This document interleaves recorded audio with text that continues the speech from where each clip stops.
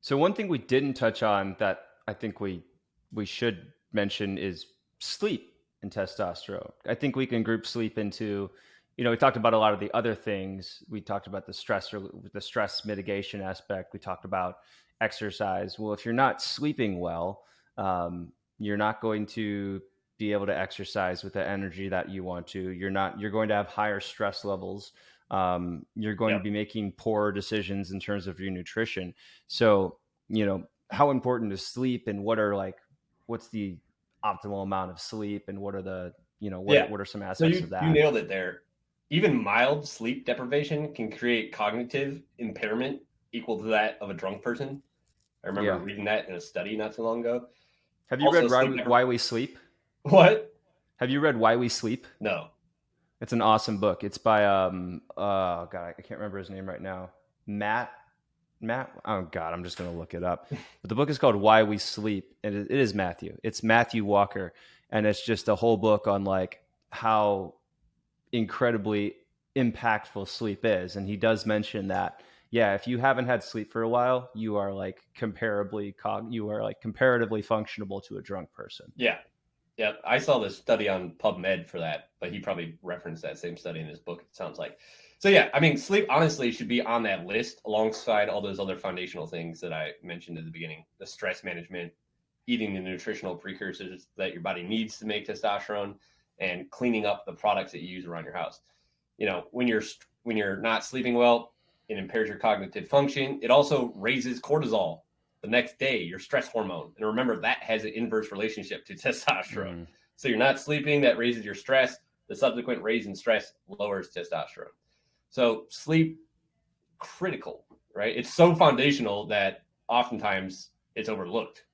Even I Mm. overlooked it here today in the initial half of this conversation. Um, and yeah, it's very important. Some heavy hitting things, I think people know that they need to be sleeping, right?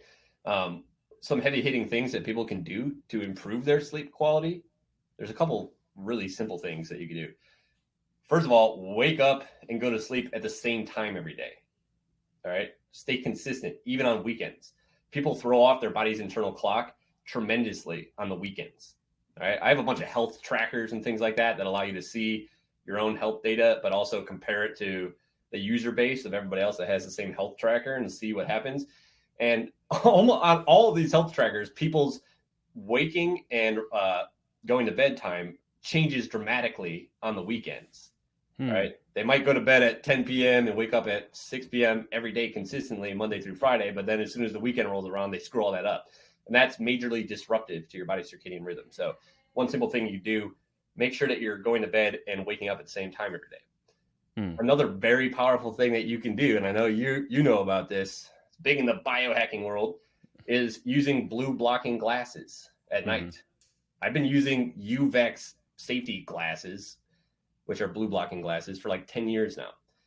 Basically, understand this: light from our screens, light from our homes. I'm talking about all screens, by the way: cell phones, tablets, TVs, computers.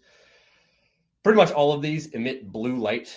It's within the visible wavelengths of light coming from these devices. When your body perceives blue light, it's effectively being told from the environment that it's noon out, 12 p.m. All Hmm. right. Those wavelengths of light are only naturally present outside in nature when the sun's out. So it makes your body think that it's nighttime or a daytime when you're exposed to blue light. It suppresses the release of melatonin for several hours and causes you to not feel sleepy. And even if Hmm. you are able to force yourself to sleep, having suppressed melatonin, your sleep quality suffers majorly. One easy way around this that does not involve you living like an Amish person with only candlelight at night is to wear blue blocking glasses.